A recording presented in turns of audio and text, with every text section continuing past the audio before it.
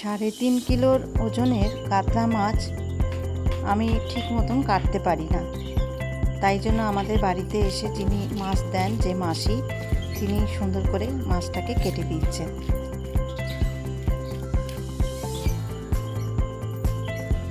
আর সত্যি বলতে কি, এত বড় ওজনের মাছ কাটতে গেলে মুটিটাও সেরকম ধারালো হতে হবে। এটা আছে তো, ওই কি বলে, পুঁই শাক করবো তো আজকে। হ্যাঁ, পুঁই শাকটা করো, দিয়ে করো। মাছের মাথা আছে না? এই যে মাছের মাথা, এই যে। হ্যাঁ, তাহলে মাছের মাথা দিয়ে করো। ধুয়ে আনলাম। হ্যাঁ, মাছের মাথা দিয়ে করো তাহলে। ঠিক আছে, চলো তাহলে মাছের মাথা দিয়ে করি। হ্যাঁ হ্যাঁ হ্যাঁ, ভালো লাগবে পুঁই শাক মাছের মাথা দিয়ে পুঁই শাক হেভি লাগবে। তাহলে চলো মাছের মাথা দিয়ে করি।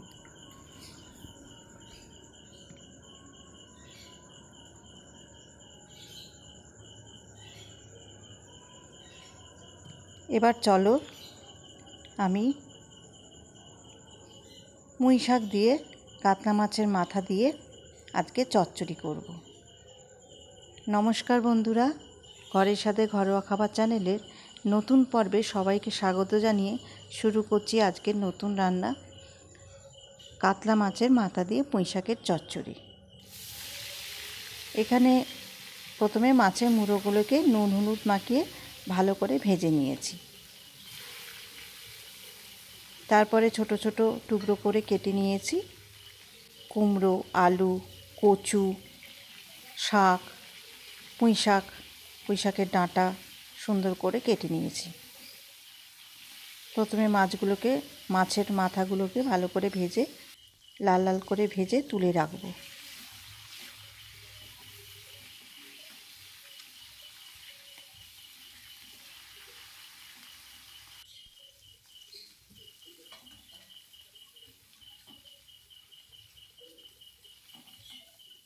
এরমভাবেই ভাজতে হবে, লাল লাল করে ভেজে নিতে হবে। এবার ওই তেলের মধ্যেই 5 ফোড়ন, শুকনো লঙ্কা ফোড়ন দিয়ে দিলাম। তারপরে কেটে রাখা ছোট ছোট টুকরো করে আলু ওই ভাজা তেলে দিয়ে দিলাম।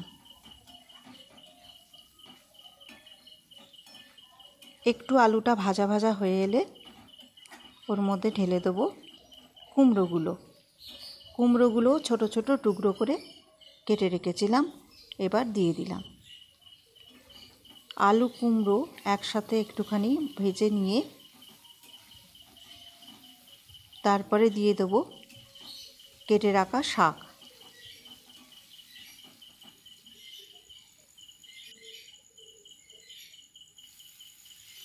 পুঁই শাক দিয়ে দিলাম।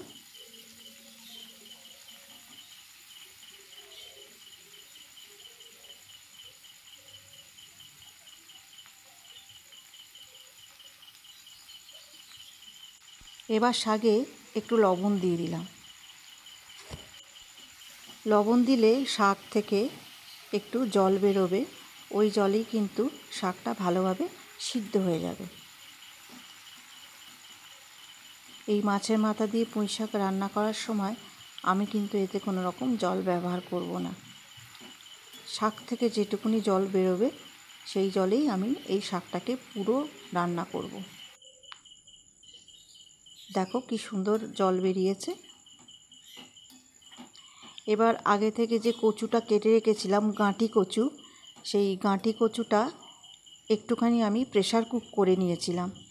এবার গাঁটি কচুগুলো দিয়ে এরপর একে একে গুঁড়ো মশলা দিয়ে দেবো। প্রথমে দিলাম হলুদ গুঁড়ো, তারপরে দিলাম সামান্য লঙ্কা গুঁড়ো, তারপরে দেব জিরে গুঁড়ো, তারপরে দেব সর্ষে গুঁড়ো।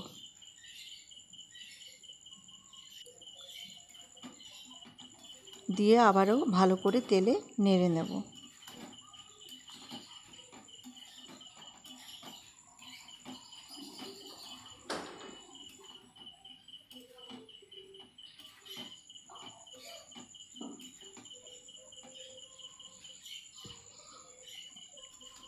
এবার মাছের মাথাগুলো দিয়ে দিলাম, দিয়ে আবারও ভালো করে কষতে লাগলাম।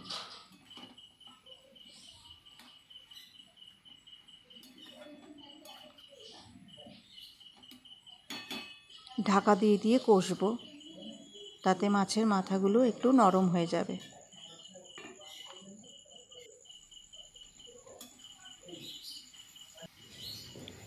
একটু ভালো করে নেড়ে ঢাকা দিয়ে দেবো। ঢাকা দিয়ে দিয়ে এটা রান্না করলে খুব ভালো হয়।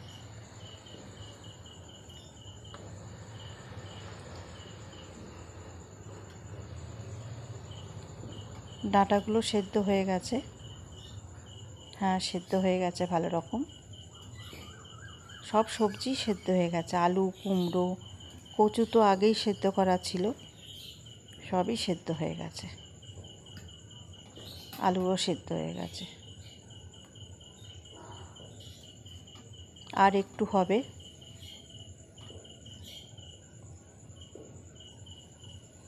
দু তিনটে কাঁচা লঙ্কাও দিয়ে দিলাম।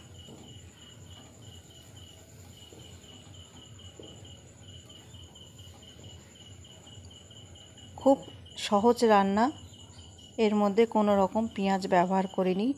এখানে সামান্য একটু চিনি দিয়ে দিলাম। শাকটাকে একটু চিনি দিলে ভালোই লাগে, মিষ্টি মিষ্টি খেতে হয়, একটু চিনি দিয়ে দিয়েছি।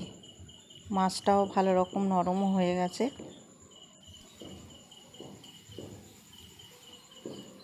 আমার রান্না শেষই হয়ে গেছে। মাছটা পুরো সেদ্ধ হয়ে গেছে, একদম নরম হয়ে গেছে।